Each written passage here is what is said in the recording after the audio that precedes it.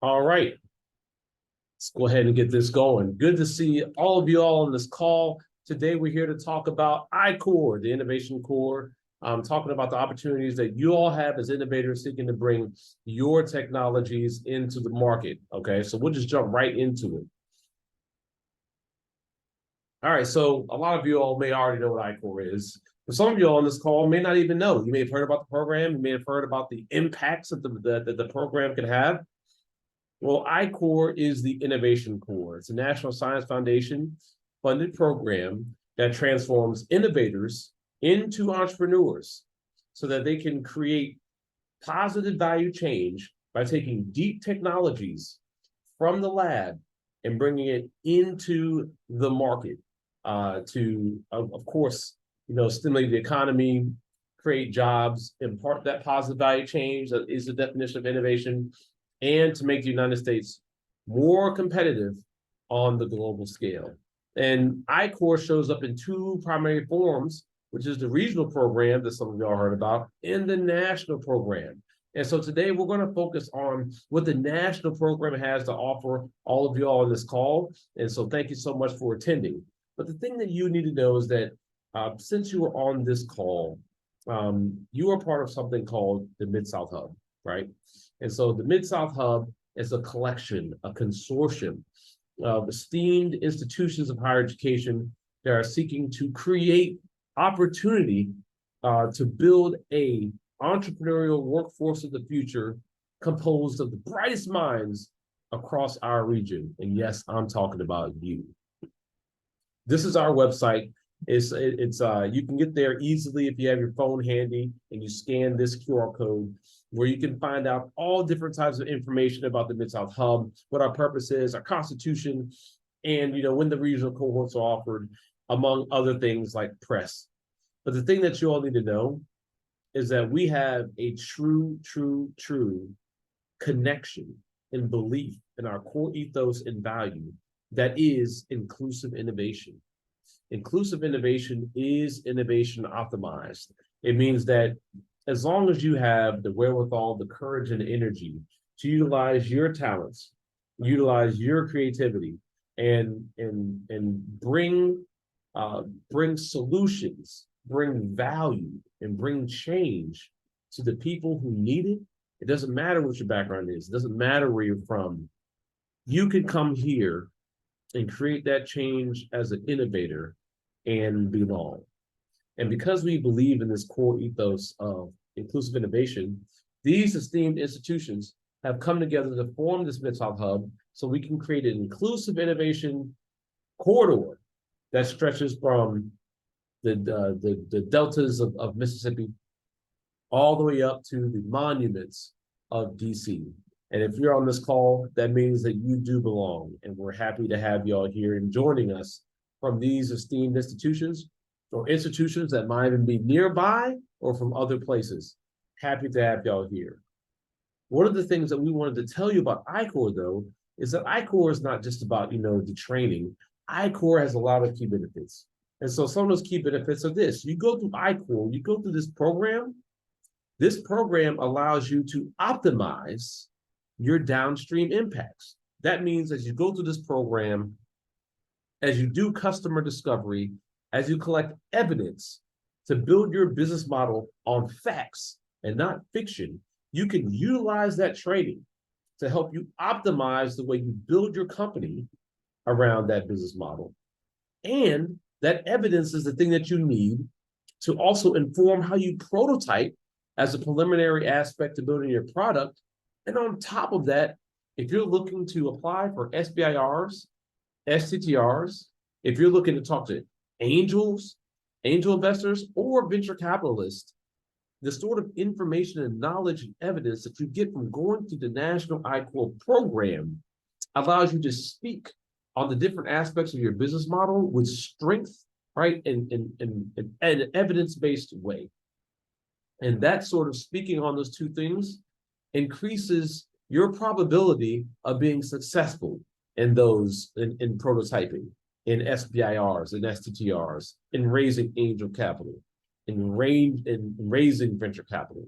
And that's one of the key benefits of of I-Corps is it optimizes that downstream entrepreneurial activity.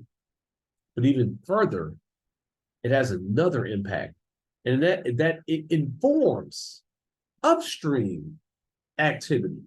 And so that includes a number of things, right? Especially for you all, when you're thinking about how you could write grants and conceptualize new research, the information that you learn during I-Corps can inform how you create and conceptualize these new approaches to doing research. It can transform you from simply doing basic research to then doing applied research, right? Not even just applied research, but use-inspired research, right? You'll see a lot of the new opportunities that are coming from the federal government and probably pretty soon from state governments and foundations. They are looking for use-inspired solutions because use-inspired solutions provide value for people and are translatable into the market to create that positive value change. All right. And so these are two huge advantages, benefits about attending the I-Corps programs, not just about launching a business, but also in forms of research, and gives you the opportunity, provides you funds to have over 100 touch points with industry. And there's not many opportunities that provide the resources to get that sort of experience. Now, you're not the first ones that we've dealt with that showed up and had interest and were ready to move forward in this process. We've had other people do the same thing and go to the journey before you. And so here's some examples that I was wanting to show you very quickly. You know, we've got Portia and Team Baggio. They come from Meharry Medical College. And they had this really creative idea about, you know, how they could help treat vagina-bearing individuals. And when they went to the regional program, they discovered a more defined need and use case and pivoted that way. And then upon going to the national program and being able to base their business model on evidence, they were able to win awards and many accolades just after leaving the program. Even further, we've got Brad and Tim. Funny story about Brad and Tim. They came over to Vanderbilt's Innovation Center called the Wond'ry, and they were part of another program where they were working on someone else's project.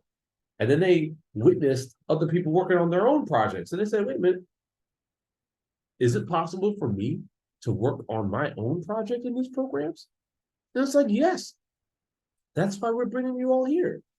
And so they brought the technology that they were developing as they were graduate students, brought it forward with the help of their PI, went through the national program, and now Brad and Tim are pushing forth their own company and having huge impacts. And I kid you not, huge impacts on each and every one of our lives as their technology has been utilized across the United States government. I want you to think about that for a second.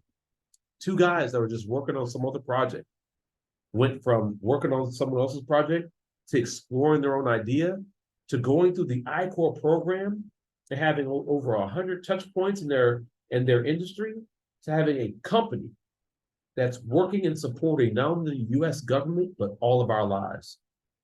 That's stuff that's possible here. And even further, I want to talk about Leaf, right? Leaf had a different vantage point in their technology. They were working on blockchain technology years ago, and they wanted to use it for a purpose to create positive value change. And that purpose was to use blockchain technology to support those people who were fleeing from or were refugees, right, from African country, where they needed to move across borders, but somehow maintain control of their finances. Because sometimes you move across borders and the government will strip you of those finances. So they used their blockchain technology to solve that problem. And they went from just having an idea with some technology to going to the I-Corps program, performing the customer discovery and building up their business model, to starting their business and relocating to Rwanda in Africa to actually help people and solve their problems as these refugees are moving from one place to another, to the point where they got so big that they were able to get acquired for all of their efforts. Like I said, I-Corps has the impact to optimize, right, downstream results. And then I want to talk about Xeno Power. A very similar story you're going to hear again. Two students who were actually undergrads at the time had a crazy idea about how do I transfer, is it possible for us to take radioactive medical waste and transform it into battery power? Ridiculously sounding, right? And I know some of the technologies I've seen come across my doorstep in the way of iCore, maybe even some of yours, may sound ridiculous when you say it in such a way. But what these guys did is they, of course, followed the innovation processes. They followed evidence-based entrepreneurship. They went through the national iCore program, had those 100 plus touch points with industry and government, really bought into the way of doing customer discovery to use the scientific method to generate a business model based on evidence. They did that. And they came out of there having conversations with people I didn't even think you could meet. I'll give you an example. In 2019, I was with them in Washington, D.C. We were, meeting some Congress people, their staff. And then so for lunch, they said, okay, we got to go. And I said, well, where are you going? And they said, we got to go to the Pentagon. Oh, yeah, to the Pentagon? They said, yeah, we're going to the Pentagon and you can't come, right? And so the reason that was is because they were actually, because of the customer discovery they had done during the iCore program, they had gotten connected to people inside of the government. And the government was interested in what they were working on. At the same time as they were going through this customer discovery process, they were able to meet professors, nuclear engineering, and developers that helped them build out their prototype based on the information that they got from iCore. And now these guys that you see on the screen that had that crazy idea that no one thought was possible, their company is now worth $300 million. It has closed $15 million contracts with the government and NASA to put their battery technology on the ocean floor and on the moon. And all these examples just go to show that we have a process, we have a pathway. We have an opportunity that is open to each of you to leverage this iCore program to either inform your future research, to allow students to come in contact with industry like never before on a paid basis, or to optimize the outcomes of your entrepreneurial activity and your entrepreneurial dreams. So let's talk a little bit more about this, talking about the regional and the national program. Now, a lot of you all may be familiar with the regional program, but the regional program is focused on usually at institutions that are in your locale or in your region. Usually those regional courses can be anywhere from, short courses can be anywhere from 3 to 5 weeks that teach you value propositions, teach you customer segments, and require you to do a minimum of 20 customer discovery interviews. And after you've showcased that you're able to do that, and you're starting to understand how to identify the needs of the customer and to make sure your idea or your technology solves those needs to create value, then that means that you are ready. You are ready to go to the national program. Now, with the regional program, there's an opportunity for microgrants from $2,000 to $2,500. But the national program gives you an NSF award of $50,000. I'm gonna say it again. Gives you an NSF award of $50,000 to be able to go through this program where you're getting trained, these 7 weeks of training and instruction, all virtual, and mentorship from nationally certified instructors that teach this every single day. And it also gives you funds to support the activity. More on that coming. And the whole idea is that normally when you want to be an entrepreneur, you want to go to some program, usually you're the one paying, or if someone gives you money, they want something in return. Well, guess what? With this grant, you get $50,000 to do all the stuff that I've been talking about today. And the only thing they want in return from you is your commitment. That's it. That's it. Where do they do that at? They do that here in iCore. So let's talk a little bit more about the national program, that $50,000 opportunity. And so we can take a look online. You can scan this QR code. Don't worry, so now you got the viruses and stuff on there. It's a QR code that'll take you directly to this website. And what this website is, it's an NSF website that goes into detail about the national program. And so, you can use this to gain more information to supplement what we've talked about today in this webinar and the Q&A that we'll do shortly.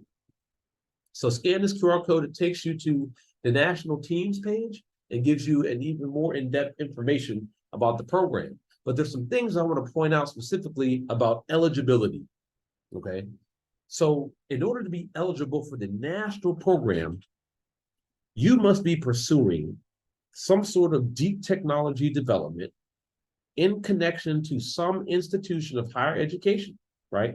Where there will be some intellectual property that's generated, okay? Technology development at an institution of higher education, where there will be some IP generated. And under normal circumstances and under the circumstances required for this program, you'll need to work with some faculty member or principal investigator that can hold a grant award. This isn't a frivolous award where you just get some money deposited into your account. No, this is an NSF award, all right? Where there needs to be a PI to do administration, and there needs to be an institution to do the sponsored research administration. And so that's tight. That's a really tight eligibility criteria, but many of you on this call fit that eligibility criteria, and that's why you're here. So let's talk more about this. I want to make a quick statement. If you happen to have performed your research that led to your innovation on an NSF grant, an NSF research grant, we have an opportunity to fast track NSF awardees into the national program. And so if you happen to fall under that, under that umbrella of, doing your research and having your innovation based off of research done at as part of an NSF award, definitely let us know during Q&A, because we have a fast track to the national program. Otherwise, you'll need to do a regional program first and then apply for the national program. Now, here are some mandatory commitments. Remember I said they're going to give you $50,000, and in return, all they want is your commitment.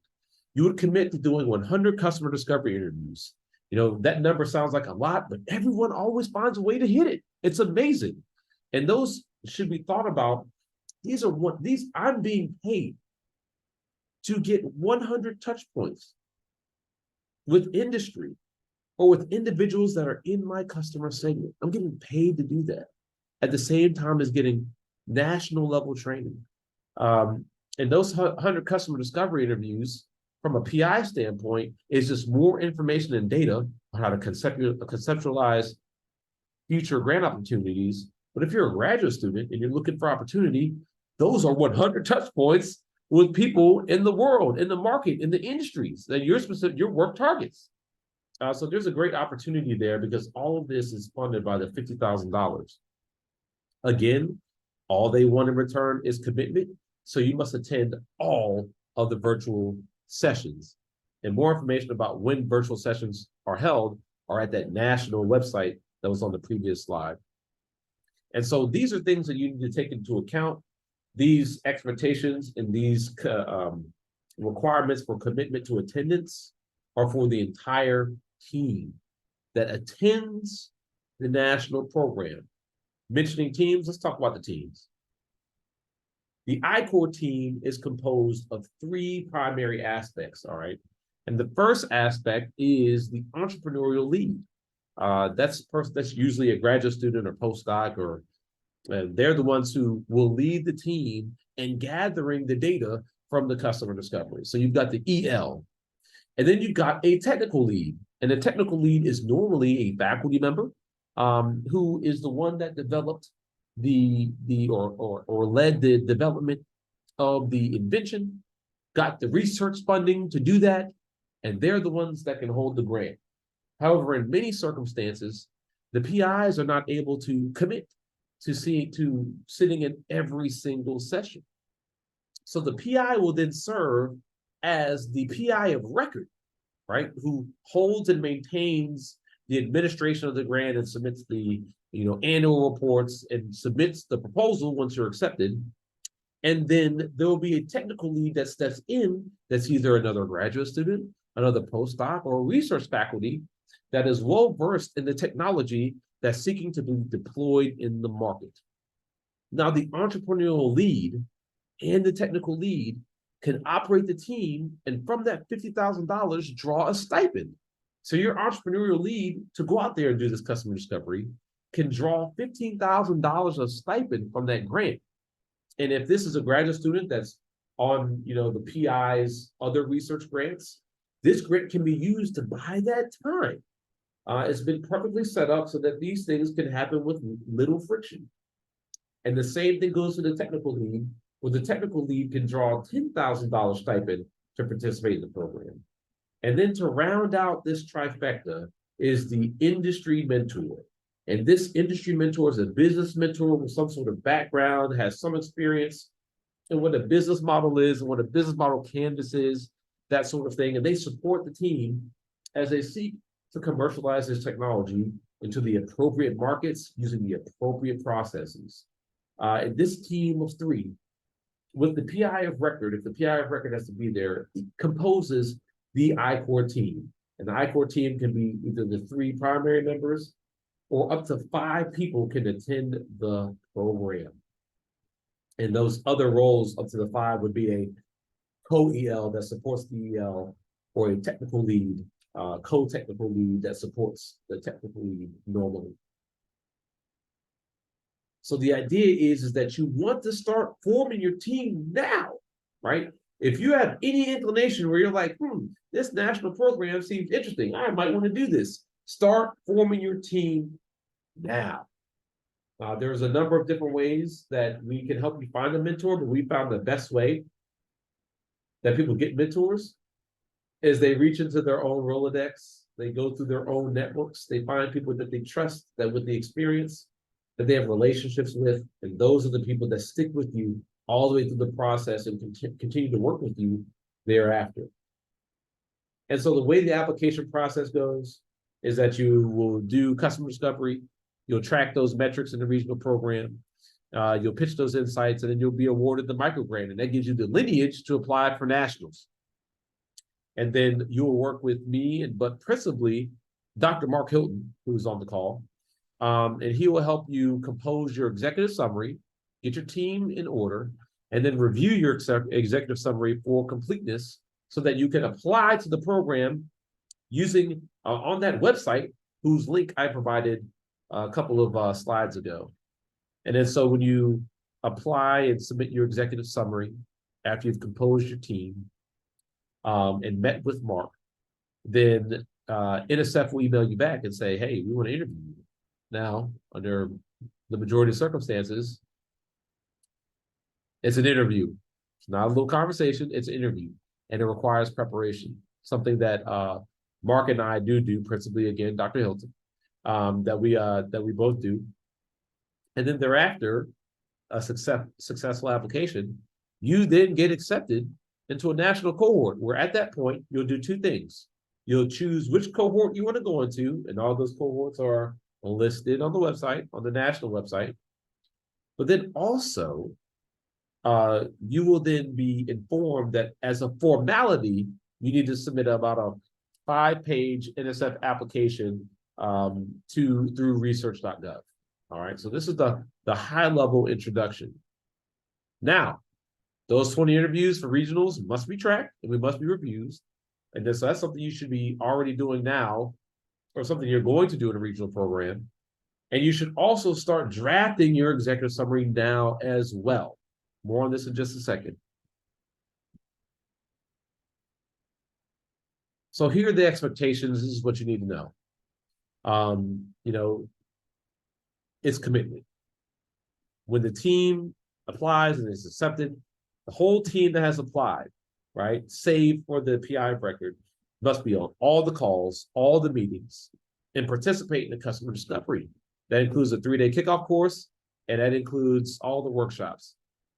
And so usually there are 4 days, of the first week, there are 4 days that are all-day virtual sessions. And then after that, for the next 5 weeks, they are 1.5-hour sessions. And then at the end, there's 2 days, 2 full days. And so most times you will need to commit, especially if you're the EL and the TL, you've got to commit at least 15 hours per week conducting interviews going through insights, meeting with instructors, going to the course, and then meeting those potential customers. And so, to be clear, an I-Corps award is not a research grant. You're getting funded to perform at least 100 customer discovery interviews. This will not include any technical R&D. You're doing customer discovery to get evidence for you to base a successful business model on, or to conceptualize use-inspired research. That's what we're here for.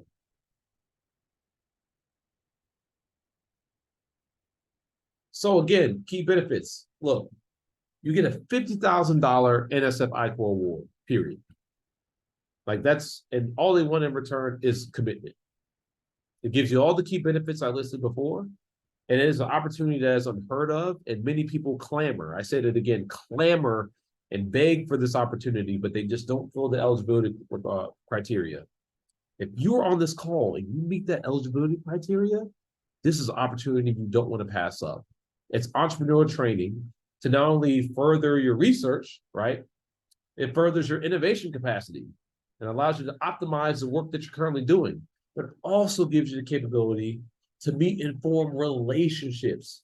That's the key to moving forward. You get to meet and form relationships with industry contacts, and you are paid to do all of this. All right. So that's the National I-Corps program. We are from the Mid-South Hub.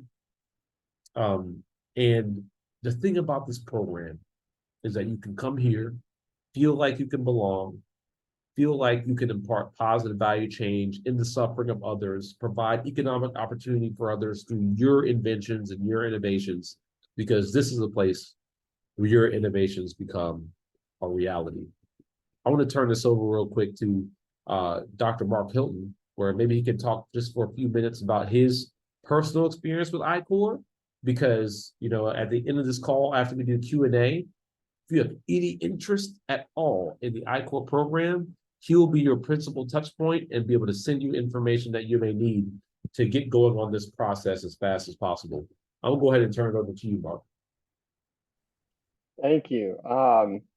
Yeah, like Dr. Bell mentioned, I recently, basically in just this past April, went through the I-Corps program with my own technology, with my own idea, and it was incredibly valuable. And you know, we're talking about, you know, letters of support for SBIRs, letter of supports for grants, letter of supports for investors. Well, we met some of the leading, you know, we had a medical device, and we met some of the leading metabolic health doctors in the world, and they are signing letters of support, supporting our development of this technology for further.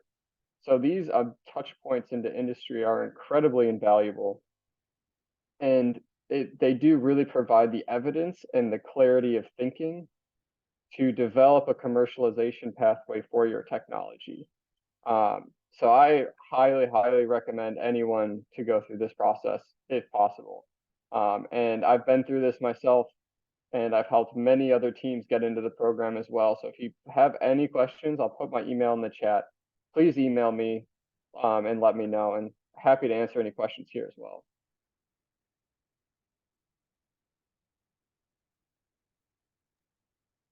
All right, so I know I see Mark's already been replying to a lot of the questions in the chat. Are there any other questions anyone would just like to ask on open? And I want to stress something. Like, if you're listening to this and you're like, oh, like, I need to get on this, we encourage you to move quickly, because I think in the last year, people have really, really caught on to this I-Corps program, and they're starting to apply, and the cohorts are filling up fast. Like, I already know that winter 1 and winter 2, I believe, are full now. And those are months away. Those are in January. So you will want to get your application in quickly so that you have the choice of when you go through the I-Corps program. Yeah, we want to open the floor to any questions that y'all might have. Yeah, my camera is probably not working fine, but I have a question. So my name is Yun Chen. I'm a PhD in Dr. Audrey Bowden's lab in biomedical engineering. So as you asked, like, yeah, just let you know, like, the project I'm working on do be supported by NSF grant within 5 years. And my question is like, as I'm being interested in doing this, and what should I be doing or preparing for the coming I-Corps application? So first step, send me an email because I have a guide on how to help you write your executive summary. And we have examples too to help you base your executive summary on.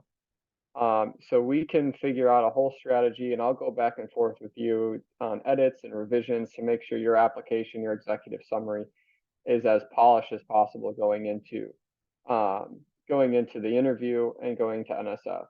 There are certain key phrases and things that they're looking for that I really know where to place them and know where to find them.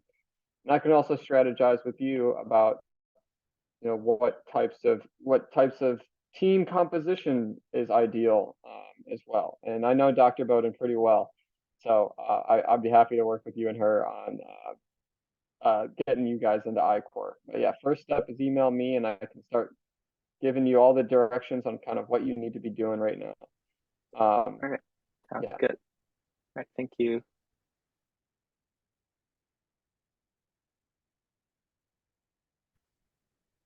Hi there.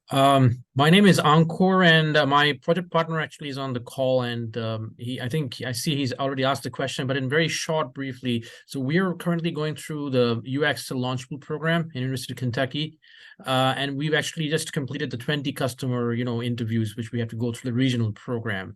And we are very interested in kind of exploring, as you said, the next steps to go through and get into the I-Corps program. If you could just summarize, I obviously listened to what you said in terms of the timeline and the cycle. I heard that you mentioned that the winter 1-2 is full. What is typically the cycle process for this? Is there a certain timeline, dates for that? And how typically does it work out from the time that we start preparing? I understand that obviously there needs to be a team to be built with the industry mentor. And so, because right now it's just the two of us, we're kind of, the main inventors, co-inventors of our technology and driving it. So if you give it a little bit of a, brief overview on that as to, what would be. And the other question I had was based on, answer to the cycle of this, process. Is typically the 50K you talked about, does that also include, release time if we had to take course release time from our institution? If you could just summarize that, that would be greatly helpful. Thank you. Yeah, so I can speak on the timeline a little bit and also the quote release time. So typically the longest part of this executive summary preparation is finding your IM.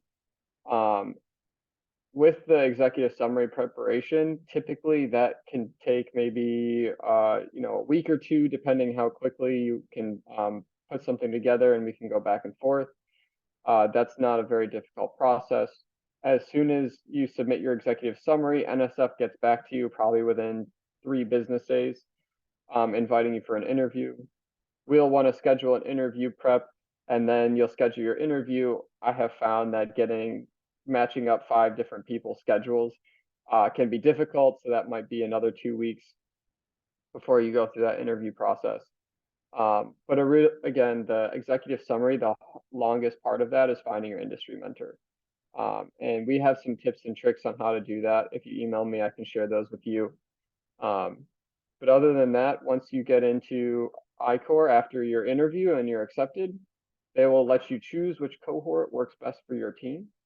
And as Charleston mentioned, the earliest possible is I think winter 3 cohort, which is in February right now. But you can do it any time. You have a year to participate in the program from your acceptance, so you can choose whatever works best for you.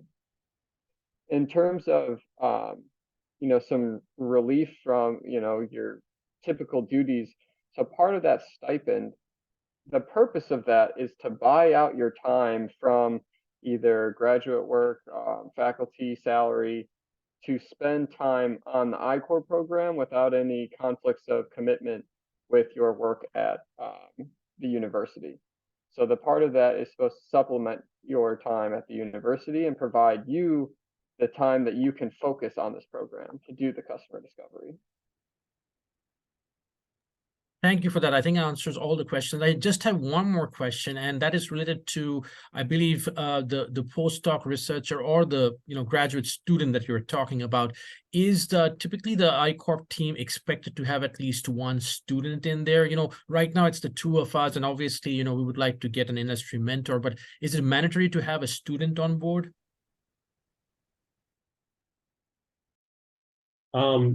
They do like to have students on board. I wouldn't say it's mandatory, but if you have a student involved, it makes your pathway a lot easier than if you don't have a student involved. It's really about entrepreneurial training, not just for the faculty member, but for the student who usually takes on the EL role. What were you thinking about that? Well, we actually haven't really thought about it. I mean, we started with the two of us, but we would be really interested to involve a student. We do have a graduate program here, but most of the students are online students. They're remotely located, and that's probably one of the problems. But I also wanted to ask, like, typically, is there any restriction on undergraduate students? If we had a really bright undergraduate student, is that also acceptable instead of a graduate student? So two things. Number one, if they are remote, the entire national I-Corp program is virtual. So if you do have a graduate student that is a wonderful candidate, they can be on your team, and you all can meet over Zoom and virtually. That's perfectly all right. So that's the first thing. The second thing is nationals is, I'll be frank, a little anti about undergrads. They have very strict limitations on undergrads. They usually will only allow undergrad on the team if they were involved in the innovation process in some sort of way, and if they are taking no classes during the time that the I-Corps cohort is occurring, which means that only leaves 3 cohorts, and that's in the summer. So a lot of the teams that do have undergrads involved are all clamoring for summer right now. So that's something to think about. I would propose that if you have strong candidates that are in that graduate program that may be remote, located across the country, that's important. You have to take the calls from inside the country. Then they would if you have a relationship with them, that would be a strong candidate to be the EL of your team. Thank you so much. I think that answers all my questions. I also want to clarify too around having a student on your team. The EL position typically has the largest workload. And so they want to make sure, and this is why they don't typically prefer undergraduates take this role, is they want to make sure that the person in this role can commit the time to do it. That, like Charles mentioned, they want your commitment. And so typically, if also a faculty member is also in this role, faculty members have other commitments as well. So they want to make sure that graduate students are typically the ones with the most amount to be able to commit to this program. So that's the ideal position. But again, I don't think you need a graduate student, but it really helps the application. That really helps. Thank you so much, Mark. We'll be in touch. Thanks.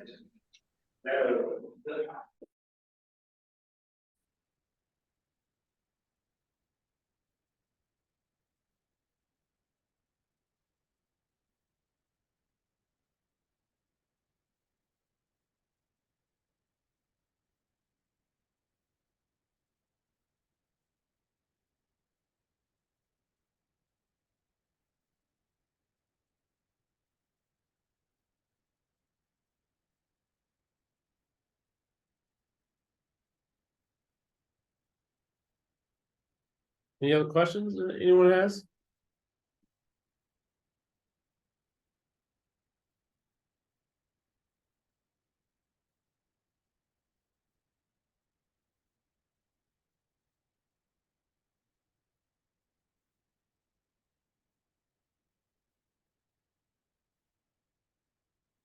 Yeah, Bob. Yes, Bobby, you got any questions?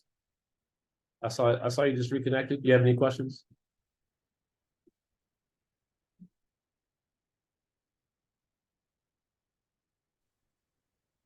I'm not sure if he's able to connect or not, but I know that from our session that we had this week, there was a question around the breakdown of the funding. So what amounts can be spent on what efforts?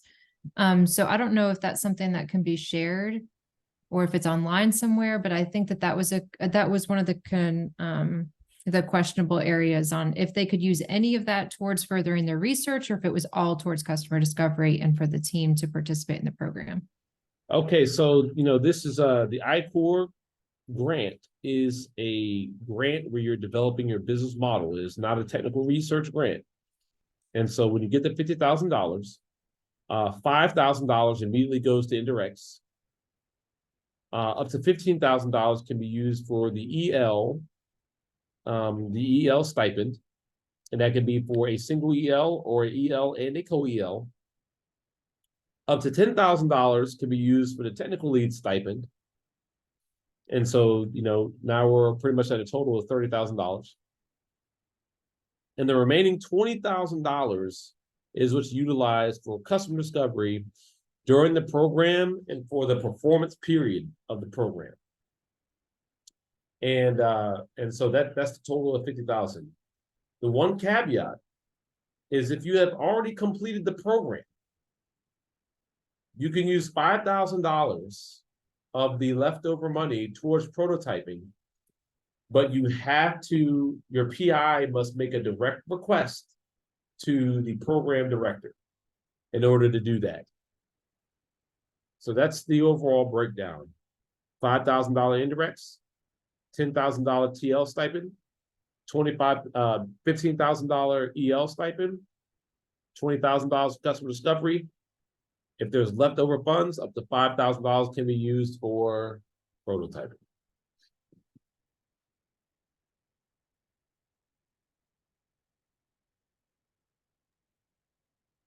And Bobby, if you're unable to come off mute, feel free to put your questions in the chat as well. Yeah, so then recording the to-do list for moving forward with things. So it sounds like you want to take the plunge in the I-Core, so welcome. Go ahead and send Dr. Hilton an email. He will send you the details of how to start creating your executive summary and recruiting your teammates, which is the EL, the TL, and the industry mentor. And I'll just rehash this a little bit. You got to have a PI, and then your PI will be the one that holds the grant. If the PI can't attend all the sessions of the program, then you'll need to have a TL, and then the PI will be a PI of record. You'll need to recruit a industry mentor. We can help with that. We have resources that can help with that. But the best outcomes we've seen is when people have leveraged their own resources and relationships, their own Rolodex, and their trusted relationships to bring on a industry mentor that has some knowledge about business models, the business model canvas, lean methodology, and may have some knowledge in your particular industry that you're seeking to go into. So that's the high level. Starting with executive summary, organizing your team, meeting with Mark, doing all those things concurrently so that Mark can help you work through your executive summary and then get you to the point where you're ready to submit.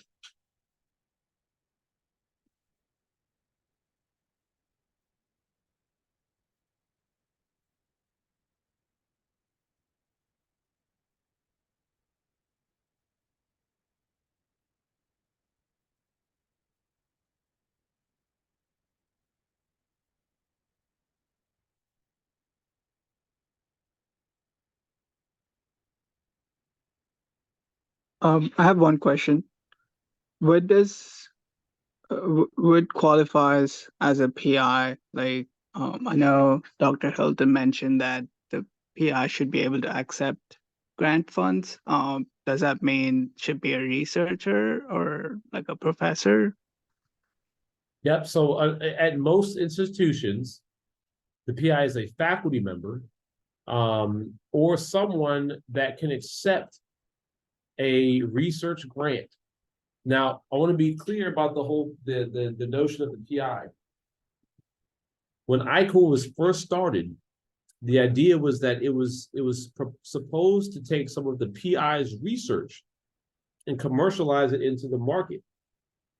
And so that's kind of the basement level, like when they're looking at applications, that's kind of what they're looking for. And so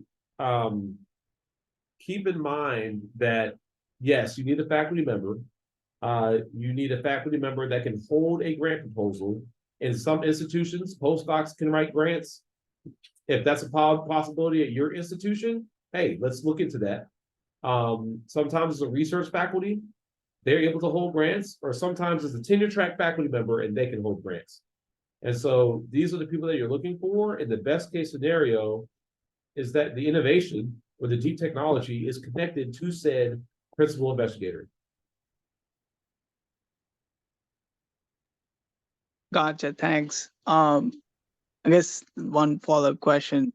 How much commitment, if it's just a PI on record, how much commitment are we expecting? Like, do they have to attend all the meetings as well? So the PI of record is designed so that the PI can still participate in the grant administration processes while the I-Corps team participates in all of the sessions. So the PI of record most times is responsible for submitting that 5-page NSF proposal. That is, the proposal that we said was the formality.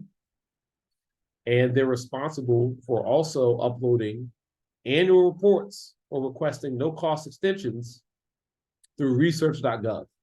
And so that's the PI's responsibility. The PI will also be responsible for contacting the NSF program manager or program director if any changes to the budget need to be made, or if any grant administration has to be performed. That's what the PI of record does. But the PI of record does not have to go through to all the sessions, sit on all the virtual calls, or anything like that. Now, your PI of record should know something, that going through the I-Corps program, the initial hypotheses will be challenged by evidence.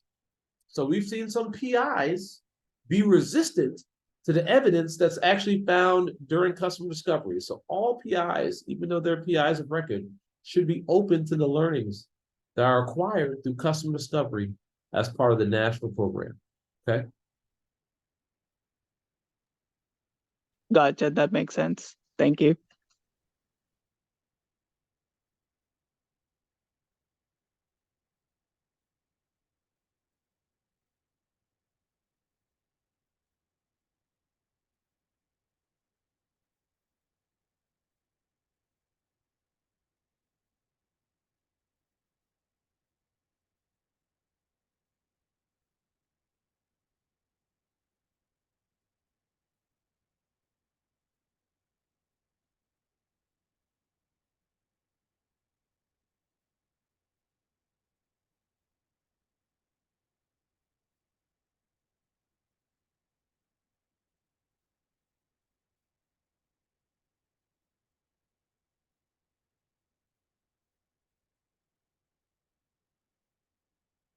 Any more questions?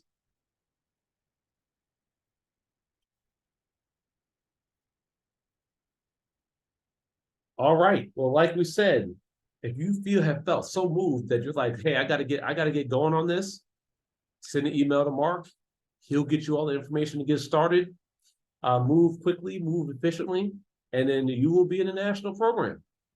Okay. All right. Thanks, everybody.